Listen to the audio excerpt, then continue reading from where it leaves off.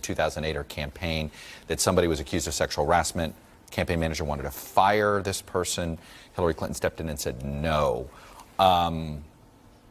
Ruth Marcus today just eviscerates Hillary Clinton on this, and Heather says, why can't she admit that that was a mistake?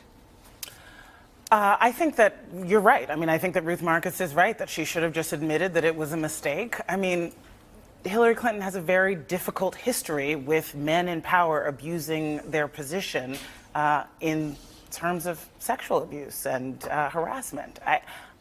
I think that our desire to bring Hillary Clinton continually into the story is understandable. I think the bigger story right now is obviously what's going on in the U.S. Olympic Committee. I think the Steve Wynn story is a huge one. Absolutely. This is the finance chair of the RNC, and some of those stories are terrifying. No, Steve Wynn feels like the closest thing we've gotten to Harvey Weinstein, like almost as bad as Harvey. It's worse in some ways. It is. Harvey, I thought, is in a class by himself, I think.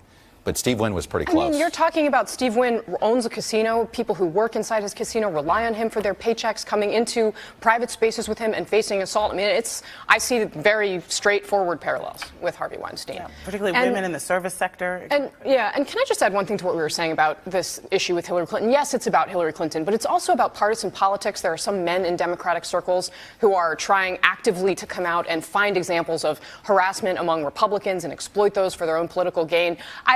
I have talked to a lot of women who work inside Democratic politics, and I think their message to the people who would do that is, don't you dare, because this is a problem that spans both parties. Right. I have heard plenty of stories, making it partisan. Not just in Hillary Clinton's campaign, but other Democratic campaigns. This is a pox on everybody's house, and it needs to be cleaned out. And my big issue with it is, and I think it's well overdue, frankly, to have the kind of disclosure that we're seeing, but there has to be some kind of codification. The difference between Harvey Weinstein and a Steve Wynn, and then other people down at the other end who are getting the same front page treatment, for example, don't have a chance to speak out, don't get to confront the people who are accusing them. We've got to get some kind of a system in place for dealing with all of this beyond what we're doing now. Hey, NBC News fans, thanks for checking out our YouTube channel. Subscribe by clicking on that button down here, and then click on any of the videos over here to watch the latest interviews, show highlights, and digital exclusives.